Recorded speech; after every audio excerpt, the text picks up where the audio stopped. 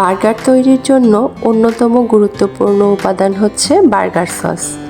ঘরে থাকা সামান্য কিছু উপকরণ দিয়ে কিভাবে মজাদার এই সস তৈরি করে বার্গারের স্বাদকে আরও বহুগুণ বাড়িয়ে তোলা যায়, আজকে সেটাই দেখাবো। আসসালামু আলাইকুম, আমি Sara. Welcome back to my channel cookaholic Sara. Burger sauce তৈরি করার জন্য প্রথমে আমি বেসিক মায়োনেজ তৈরি করে নিচ্ছি। এই জন্য প্রথমে আমি একটা রুম টেম্পারেচারে থাকা ডিম নিয়ে নিচ্ছি।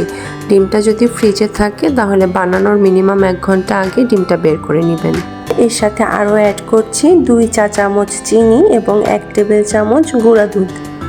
গুঁড়া দুধটা অবশ্যই দেবেন, গুঁড়া দুধটা দিলে মায়োনেজটা খুবই রিচ লাগে খেতে।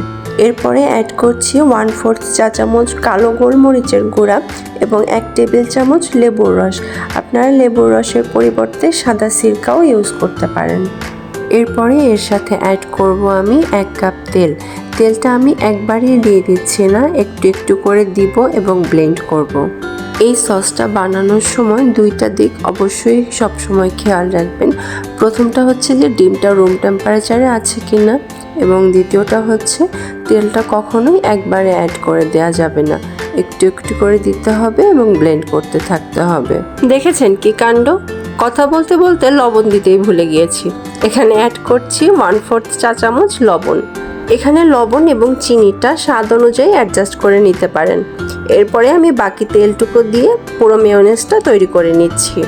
এই যে দেখুন, পুরোটা কমপ্লিট করার পরে আমার মেয়োনেজের কনসিস্টেন্সিটা কিছুটা এরকম এসেছে। সসের এই পর্যন্ত হচ্ছে বেসিক মেয়োনেজের রেসিপি।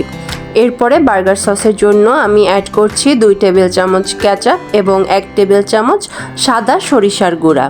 সসে যদি আপনারা গার্লিকের ফ্লেভারটা পছন্দ করেন তাহলে এখানে সরিষার গুঁড়ার পরিবর্তে গার্লিক পাউডারও ইউজ করতে পারেন।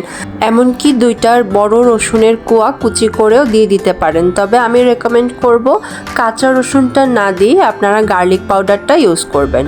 এখানে আমি টমেটো কেচাপ এবং সরিষা গুঁড়া দেওয়ার পরে খুব বেশিক্ষণ ব্লেন্ড করে নিয়ে জাস্ট একবার সব কিছু ভালো করে মিক্স করে নিয়েছি। তৈরি হয়ে গেল আমার ঘরে তৈরি বার্গার সস। এই সস দিয়ে খুব শীঘ্রই আপনাদেরকে ঘরে তৈরি করে দেখাবো রেস্টুরেন্টের স্বাদের বার্গার। আর সেজন্য চ্যানেলটাকে সাবস্ক্রাইব করে চ্যানেলের পাশেই থাকুন এবং চোখ রাখুন নিত্য নতুন রেসিপির জন্য।